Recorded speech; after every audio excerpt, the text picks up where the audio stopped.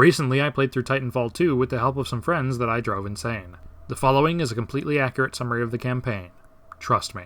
If you enjoy the video, don't forget to like and subscribe. The game opens with a live-action cinematic that is equal parts badass and super cheesy, with narration that is ultimately redundant because we learn most of what he's talking about in-game right after the game starts. The actual gameplay begins with Captain Dies in the first 10 minutes throwing out some sci-fi gobbledygook about why we've got to look up and down briefly, before being digitized into the grid to find Jeff Bridges and stop his evil computer program clone... Wait, this isn't the right script. Captain Dies in the first 10 minutes explains to us literally exactly what the narration 1 minute ago was saying, and we practice our aim and advanced movement before getting to call in our first Titan. Just kidding, Captain Dies in the first 10 minutes pulls the plug right before it touches down, and we've got to snap back to reality where we're literally some grunt who won't amount to anything. We're given a space AK-47 and wonder briefly if maybe we're not the good guys. Carrying the flatline really feels like you're a government insurgent. It looks like some kind of variant of the AK, like you're trying to topple some kind of democracy. No, trust me, I am good guy.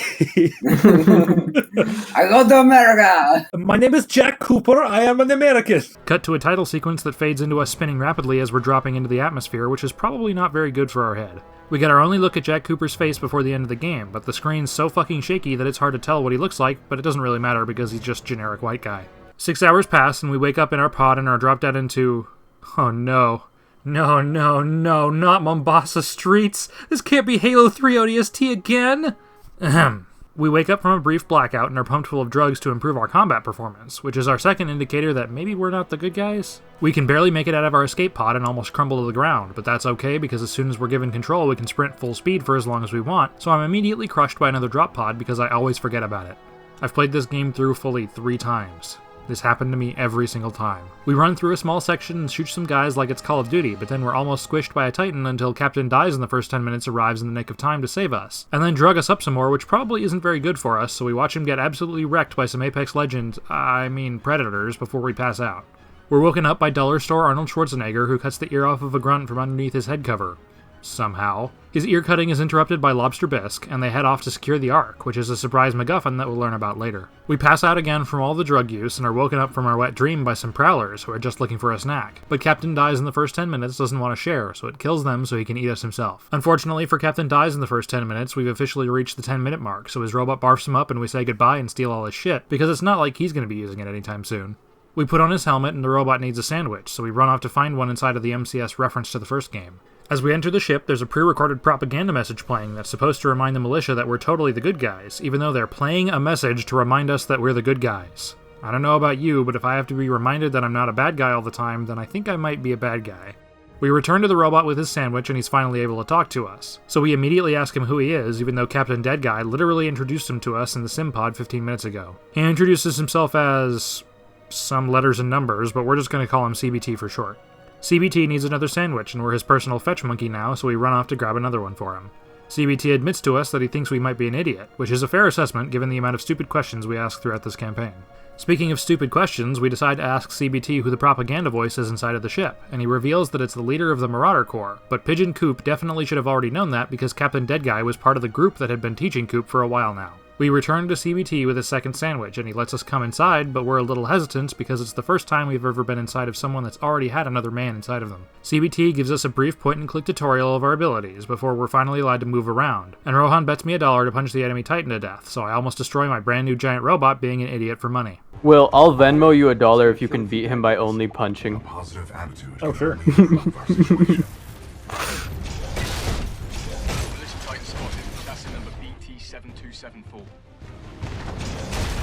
Roll credits. This may not work out. Yeah, it doesn't look like it. Oh my god. Oh my god. Oh my god. Dude, you were matrixing for so long.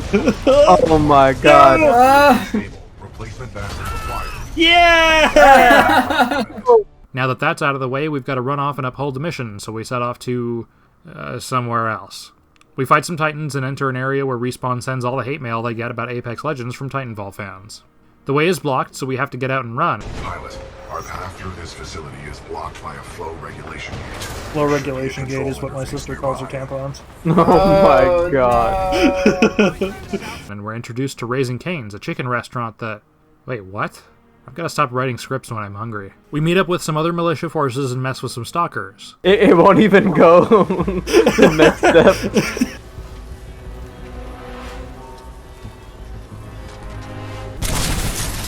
They burn. Ow. The firecracker killed you! And let CBT know that we're getting tired, but he tells us to quit being a wimp and finish the fight.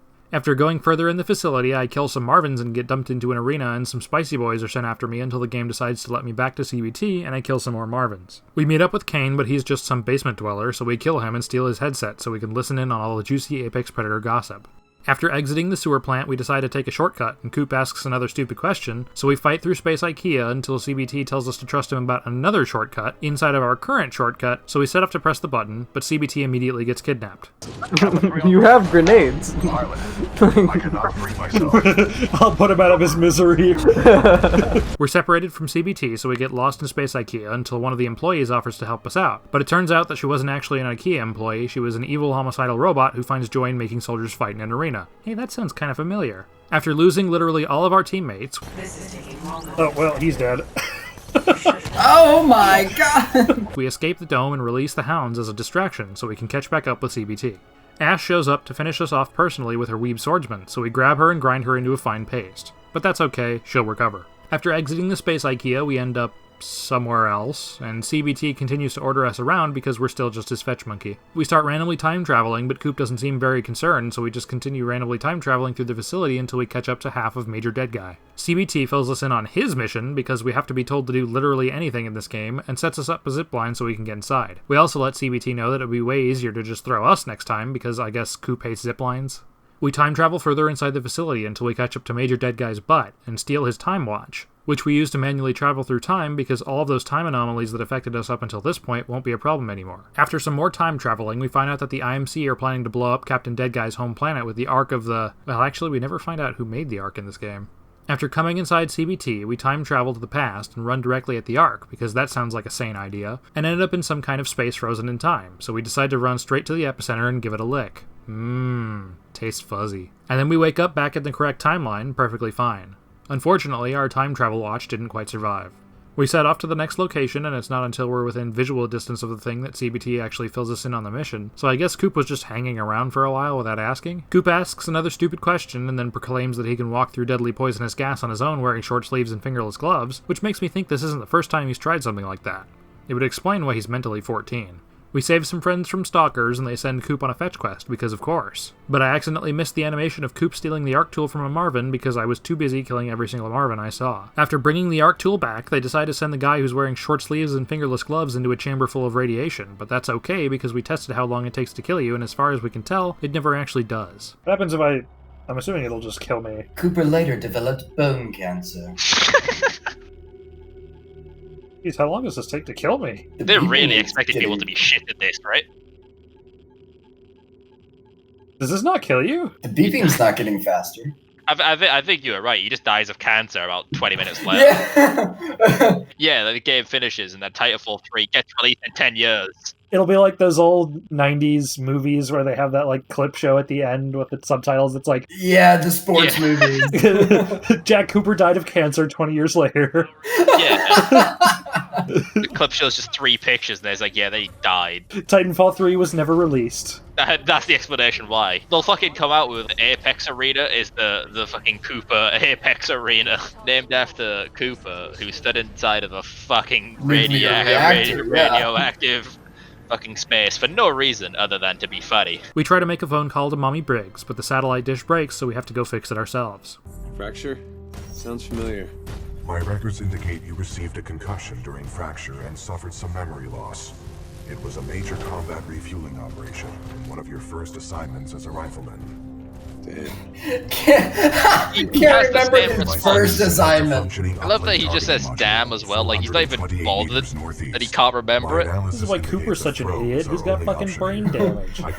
After stealing a new battery, which we carry on our hip despite it looking really heavy, I murder some Marvins and abuse some enemy soldiers, which feels kinda like a war crime. CBT throws us up to the radar dish and warns us that it'll probably start automatically realigning itself once we replace it, but Coop just decides to ignore the warning and slips off the edge.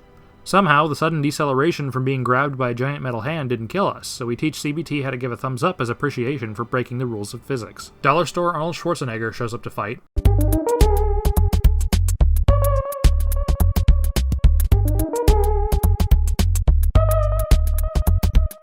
But we suplex him through his dumb tone shield and blast him to smithereens with rockets. We finally send a message to Mommy Briggs, and CBT admits to her that the only reason we're his fetch monkey is because literally everyone else was dead, but that he's grown attached and doesn't want me replaced. We're forced to give him Marvin a thumbs up, and Mommy Briggs fills us in on our mission literally right as we're about to drop in, and we ODST drop pod, stand by for Titanfall our way to the ground, and fight through what is randomly the hardest part of the game. We almost catch up to the Ark, but the ship takes off without us, so we hitch a ride to go after it, but are interrupted by Valkyrie's dad, who blows up our ship, but we're rescued by Barker, who I really hope isn't drunk flying. CBT fastballs us, and we're caught by the 6-4, a group of pilots who are way cooler than Jack Cooper, who I wish we spent more time with. We murder our way through the ship and regroup with the 6-4, who come up with a fun way to get to the next section of the ship all on their own without having a robot tell them what to do. The 6-4 set up to breach the bridge and tell Coop to pick a target, so we lie to them, but they're competent enough to get it done on their own without us because they're not useless fetch monkeys. For some reason, they trust me to fly this thing, as if Coop has absolutely any experience at all doing this, but CBT knows I can't be trusted to do anything at all without his express input, so he comes to pick me up. Before we can catch up to the ship carrying the MacGuffin, we're attacked by Viper, who right out of the gate starts spewing one-liner after one-liner, and that makes him one of the most memorable Apex Predators, even though he's got like 5 minutes of screen time. Voodoo 1, Viper's on station. Your journey ends here, pilot. The skies belong to me. Nowhere to run, nowhere to hide. You hear that ringing in your ears, son? Dodge this.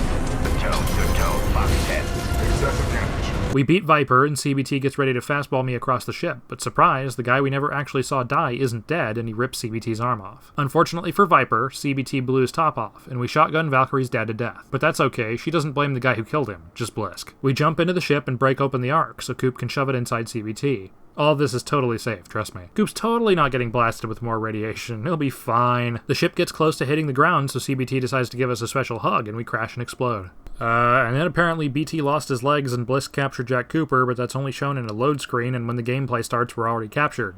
Seems like kind of an important scene to skip, but alright. Lobster Bisque threatens to kill Coop to get CBT to open wide for him, so CBT tricks him by opening up just to start slaughtering everyone in the room. But unfortunately, he's way too damaged to actually get anything done, and Slope steals the Ark and kills him. But that's okay because he rips his head off so he can carry it as a souvenir, and also gives us aimbot. I hack a panel. I hack a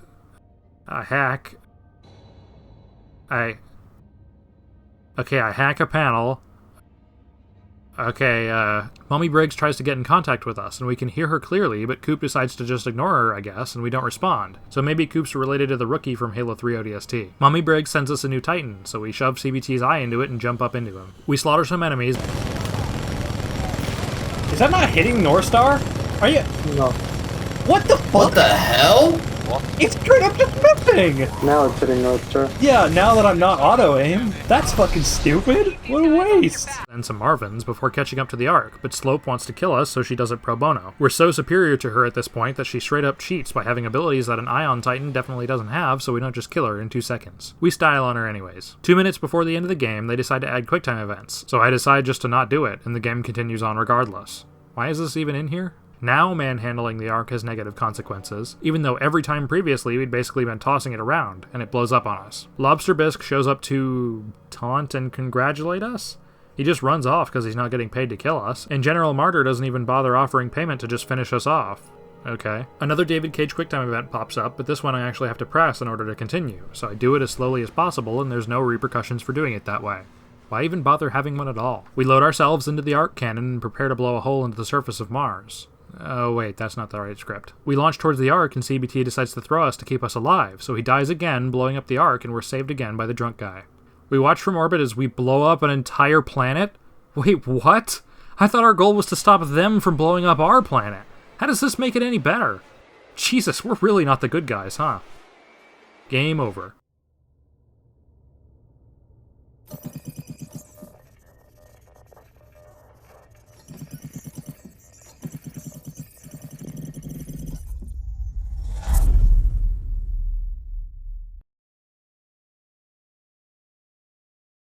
Part-time is 2 minutes. Follow the ghost and find your own path.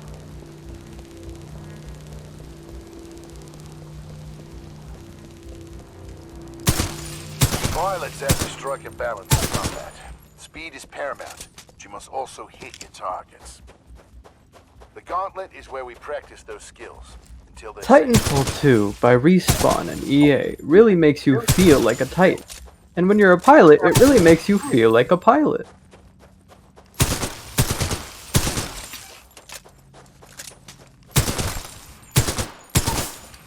Remember, you move faster when you're wall running. Give it a try.